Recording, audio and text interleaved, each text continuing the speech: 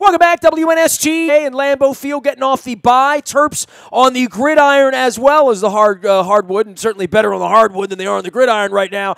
And it's a little bit of a downtime for baseball, but not really. Dan Duquette, all the general managers gathering in the Southlands of Mickey Mouse and South Florida to get together and talk about the offseason and talk about Giancarlo Stanton and plenty of things to talk about baseball-wise. This guy does it around the clock at MLB as well as at Sports on Earth. You can find him out on Twitter at Castrovince, and he is led by the most important thing any man of this society can be led by. He has Bruce Springsteen in a scarf on his arm on his Twitter, which makes it cool. Dude, I've given my reports on the air and on social media. You saw the Bruce on Broadway before I do any baseball here because we all know the end. The Astros won, and we all know the end for next year. The Orioles aren't going to win. So in between, let's talk some Springsteen. What'd you think of the show, man?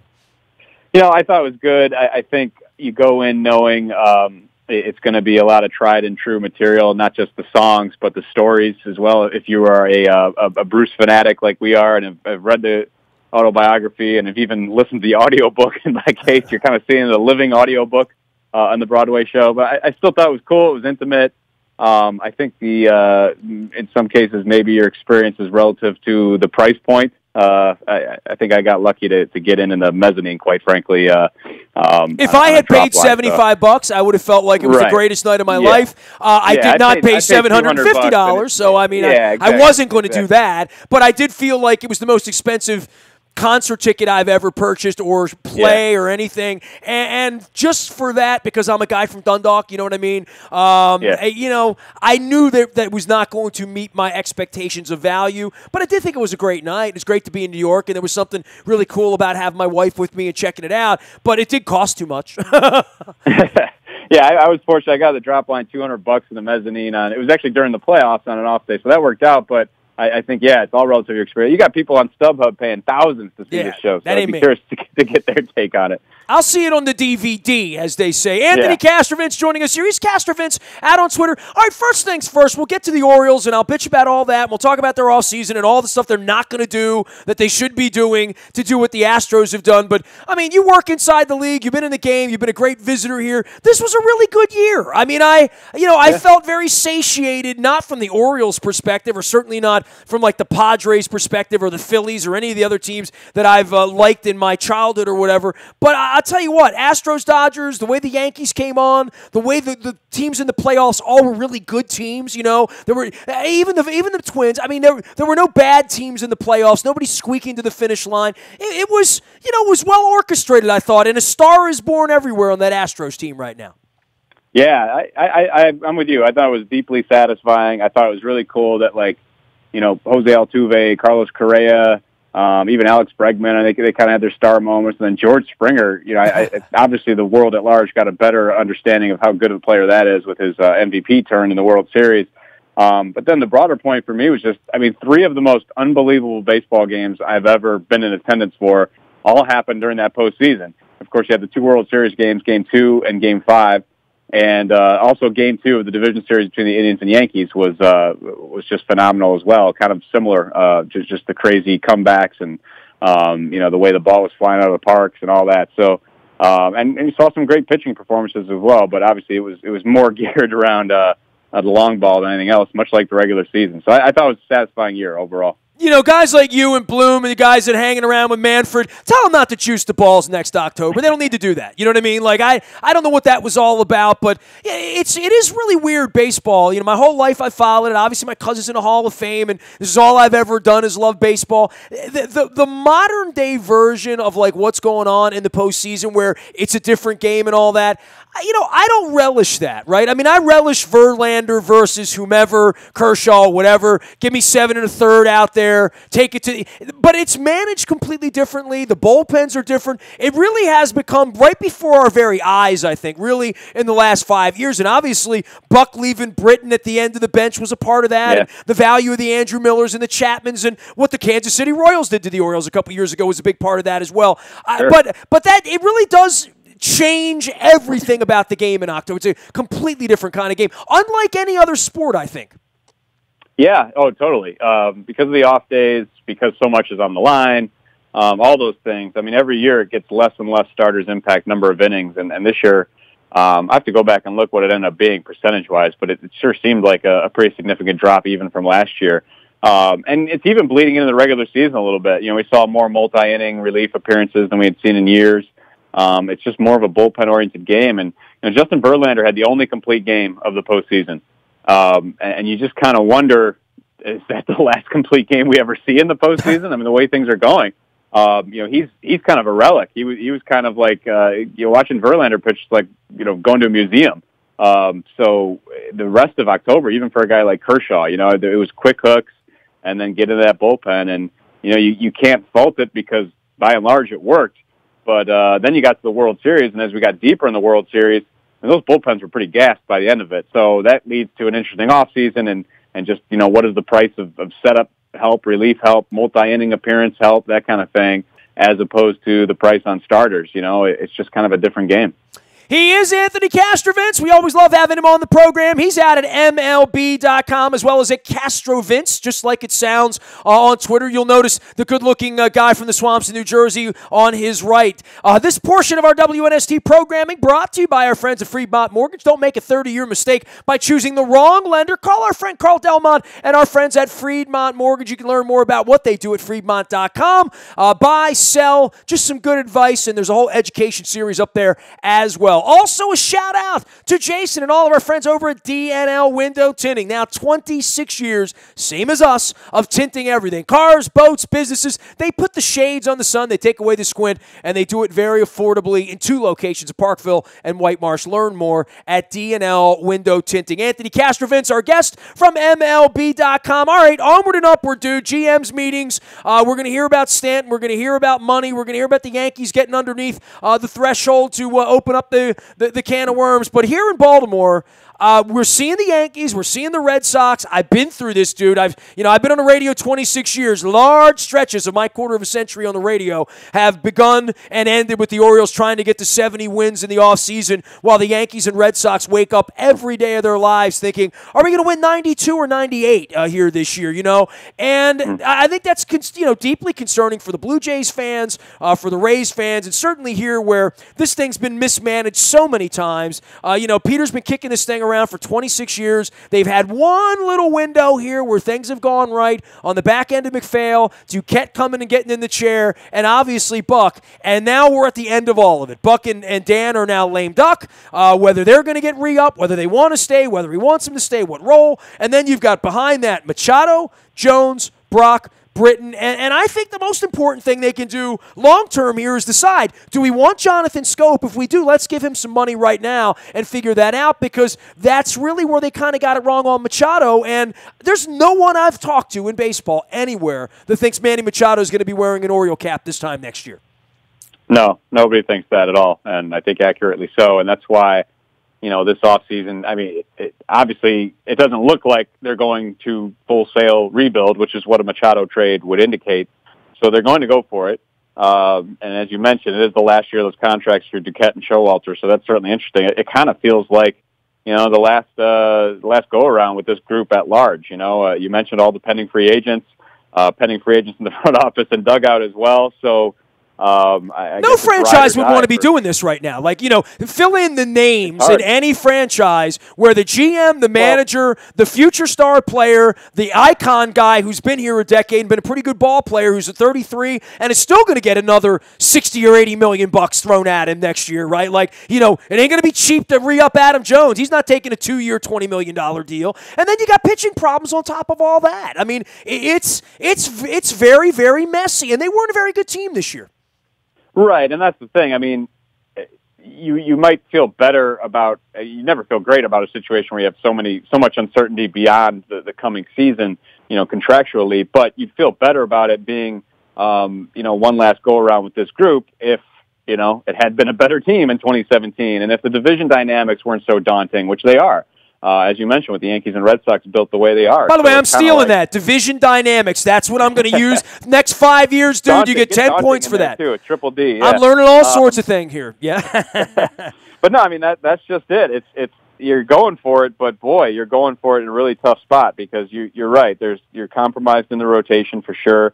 Some work to do there.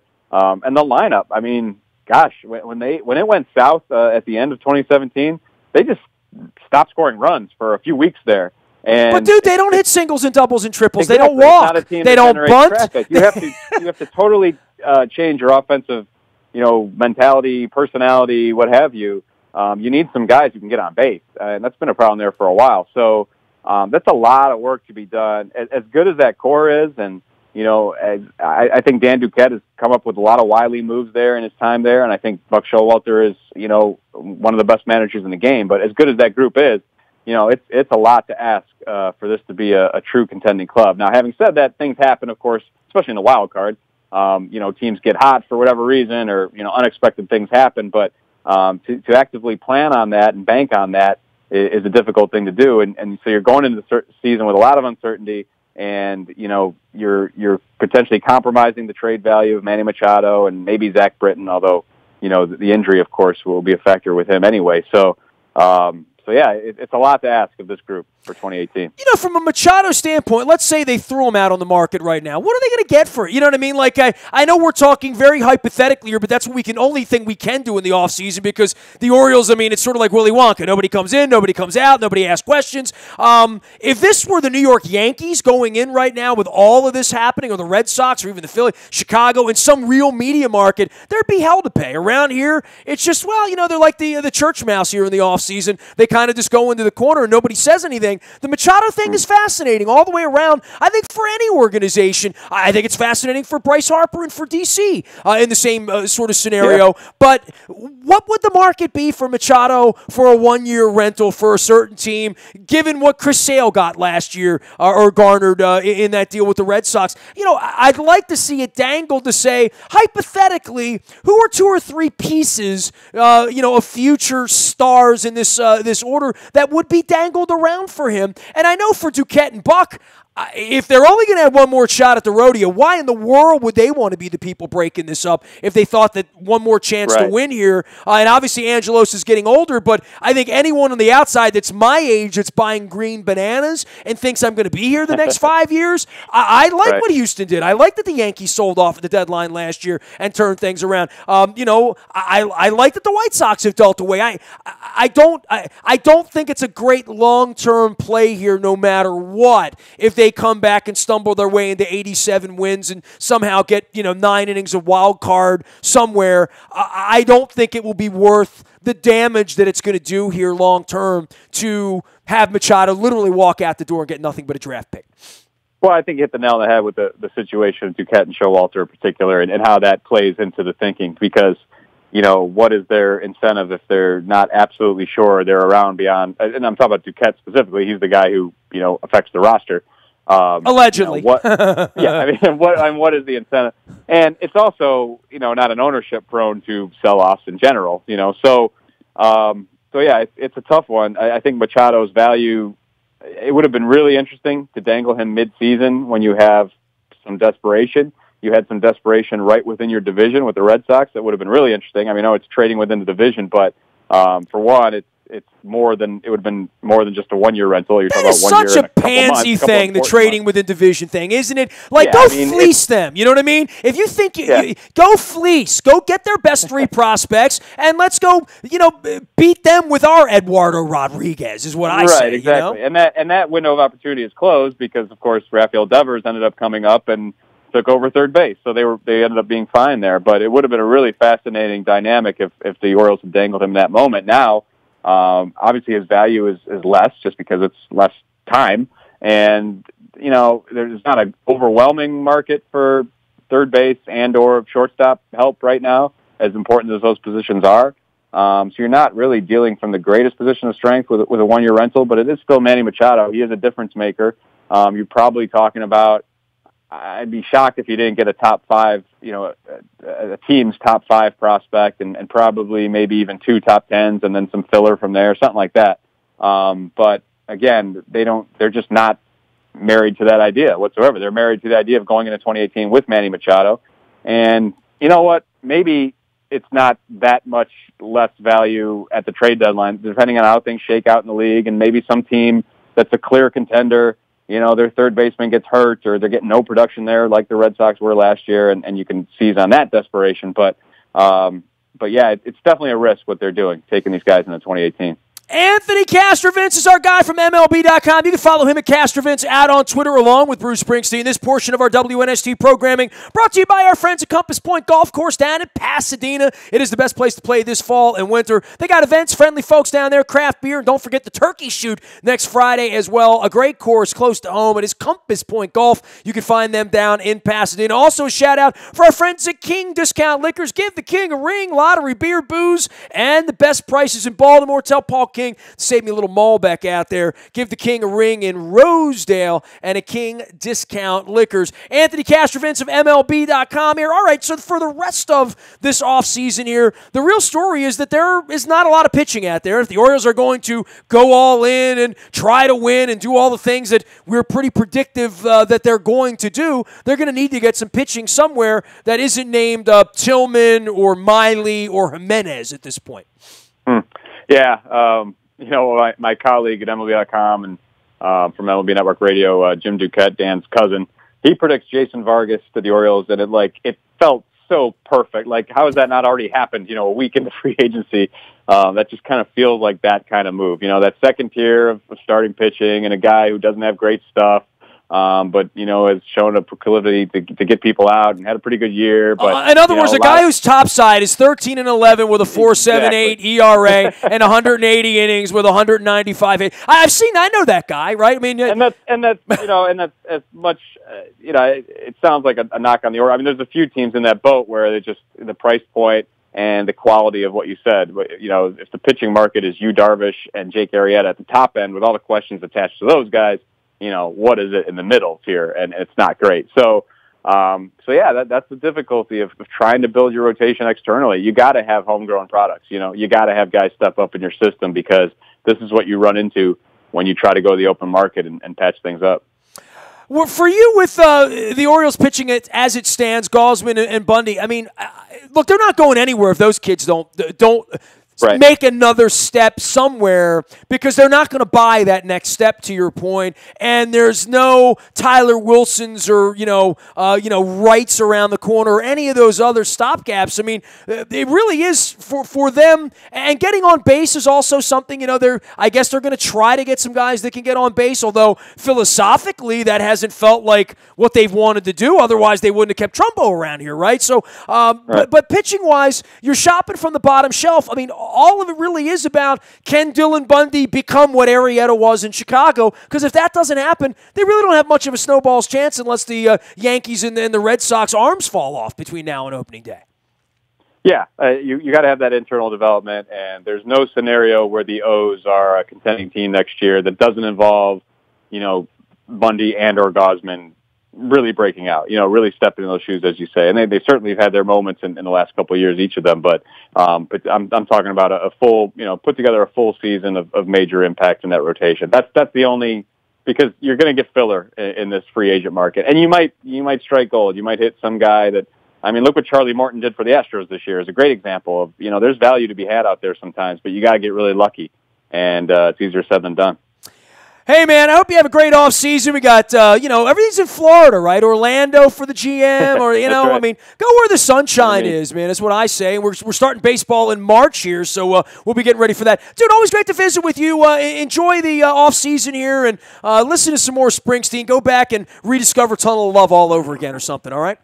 All right, Nestor. Good to talk to you. Great to have you on. Anthony Castrovince, one of the good dudes, covering Major League Baseball at MLB.com, as well as on Sports on Earth. And you could also find him out on Twitter at Castrovince, Castrovince, just as it sounds. And a great picture of Springsteen. I didn't ask him about, so enter that daily thou mayest grow in knowledge, wisdom, and love. I'm going to Google that or find out the next time I have him on. You can find me out in the buyatoyota.com audio vault 24 hours a day from anywhere in the world on your mobile device by downloading the TuneIn Radio app. We do come in crystal clear from anywhere in the world. Our morning newspaper ships to your email inbox at 7 a.m. each and every morning. That's all brought to you by Planet Fitness and PlanetFitness.com, where it's still $10 a month to get in the best shape of your life. truth. Nasty at WNST.net finds me. I am a very available individual. You can throw me an email anytime, anywhere. You can also find me on Facebook, Twitter, LinkedIn, Snapchat, Instagram. We also stream live right here on our Facebook Live as well as our YouTube WNSTV channel. If there's any breaking news at all, you get that first. Sometimes my text goes off in the middle of the programming here. It's all brought to you by Coons Ford of Security Boulevard. I'm sure there will be some maneuverings with the Ravens by the end of the week, and who knows what the Orioles are going to do, but it's always first and fresh and fast. The WNST text service, all brought to you by Coons Ford of Security Boulevard. And Dennis Colatzos will be here from 3 until 5 on Thursday, driving you home. It is the SSV on WNST. I'm Nestor. We are WNST.net, AM 1570, and WNST Towson, Baltimore, and we never stop talking Baltimore sports.